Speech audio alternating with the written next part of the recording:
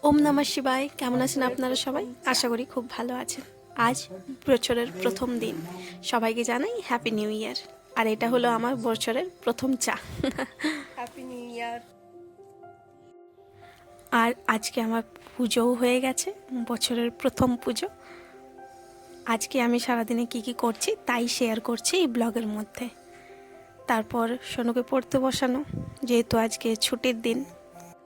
আর ছোটোবেলা থেকেই শুনে এসেছি বছরের প্রথম দিনে যে যে কাজগুলো আমরা করি সেগুলো সারা বছর ধরে ওগুলো কন্টিনিউ হতে থাকে। তাই বছরের প্রথম দিনটা সবাই একটু ভালোভাবে কাটানোরই চেষ্টা করে।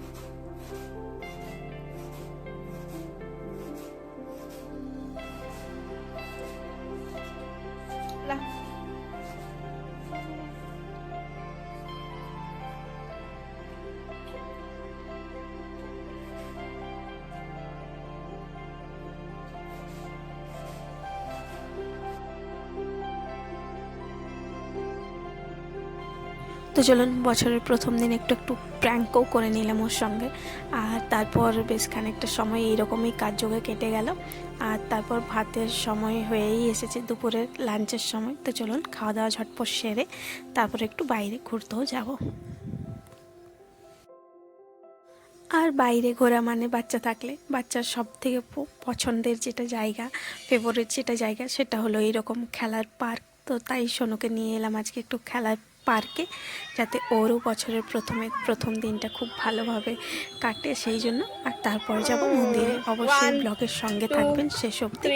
আর ব্লগটা দেখার জন্য অনেক অনেক ধন্যবাদ আপনাদের সকলকে। 7, 8, 9, 10, 11, 12, 13, 14, 15, 16, 17, 18, 19, 20, 21, 22, 23, 24, 25, 26, 26.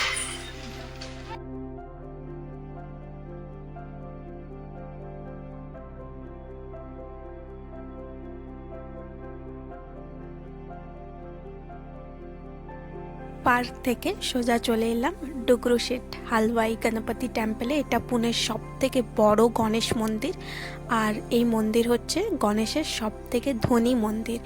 এখানের গণপতিজি সব থেকে ধনী। তো এখানে প্রচণ্ড পরিমাণে ভিড় হয় গণেশ পূজায়। তো মানে আসাই যায় না, এত পরিমাণে ভিড় হয়। আজকে যেহেতু 1 জানুয়ারি, তাই এখন অবধি অনেক রাশ রয়েছে। আর এখন মোটামুটি 8:30 মতো বাজছে, তাও প্রচণ্ড পরিমাণে ভিড় রয়েছে। মোটামুটি 2-3টে অবধি এইরকমই ভিড়টা থাকবে দর্শনের। যাই হোক, আমরা জানতে পারলাম স্থানীয় মানুষের কাছ থেকে।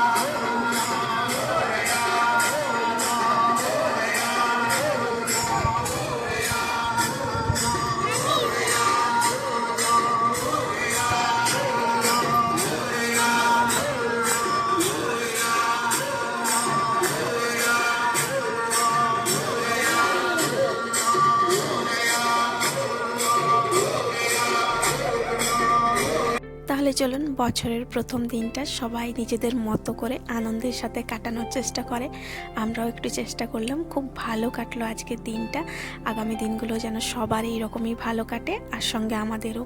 তাহলে ব্লগটা এখানেই রাখছি, আর এতক্ষণ অবধি দেখার জন্য অনেক ধন্যবাদ। ভালো লাগলে সাবস্ক্রাইব করবেন, আর আজকের ব্লগটা গাজরের হালুয়া দিয়ে শেষ করলাম।